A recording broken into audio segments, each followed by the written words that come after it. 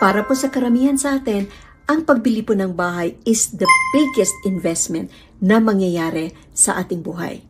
Kaya bago po tayo pumasok dito, there's a lot of things that we need to consider. Yung tatlo po na inaiisip ko sa ngayon ay yung una, yung property na tinitingnan ninyo, ano po yung condition nito? Magiging comfortable po ba kayo titira dito? Pangalawa, yung location ng property na tinitingnan ninyo.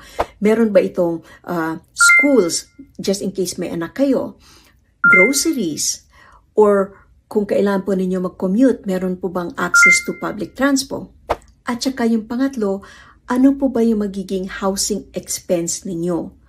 At saka pasok po ba ito sa budget ninyo on a monthly basis?